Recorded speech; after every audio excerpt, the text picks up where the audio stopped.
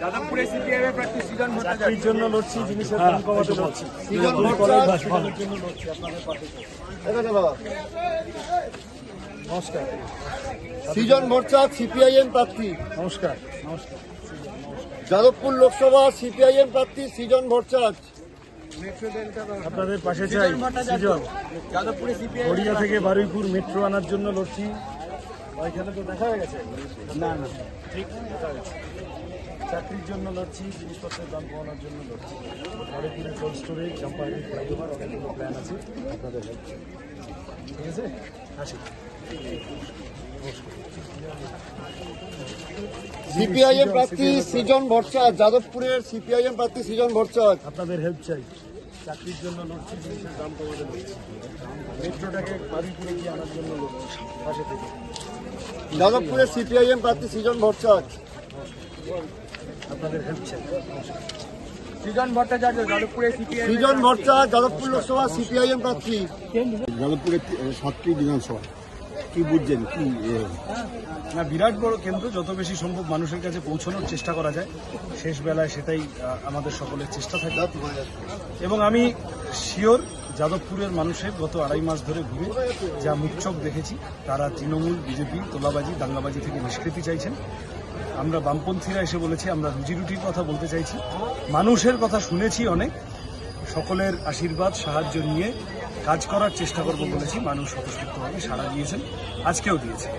কালকে হাইকোর্টে ওবিসির প্রায় 5 লক্ষ সার্টিফিকেট বাতিল করে দিয়েছে, এই কি বলবেন? ওবিসিটা তো রঙ্গনাথ মিশ্র কমিশনের সুপারিশ অনুযায়ী বামফ্রন্ট সরকার ওবিসি গোটা দেশের মধ্যে প্রথম এই সংরক্ষণ ইত্যাদির ব্যবস্থা করেনি। তৃণমূল আর 5টা জিনিসকে যেভাবে ঘেটে করে দেয়, দুর্নীতি, অনিয়ম, বেনিয়ম সব মিলিয়ে ওবিসিটাও তাই করেছে। ফলত এখন এক ধাক্কায় 5 লক্ষ সংরক্ষণ বাতিল। তৃণমূলের হাতে পড়লে এই জিনিস হতে বাধ্য। তৃণমূল তাড়াও, বাংলা বাঁচাও, চাকরি ফেরাও।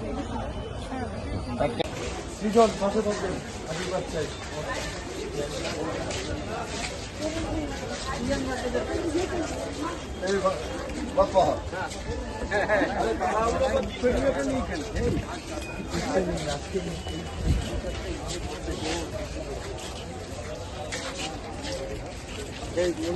তাহলে ওইটা করতে গেলে পারমিশন নিতে হতো, যেটা তোমরা নাও।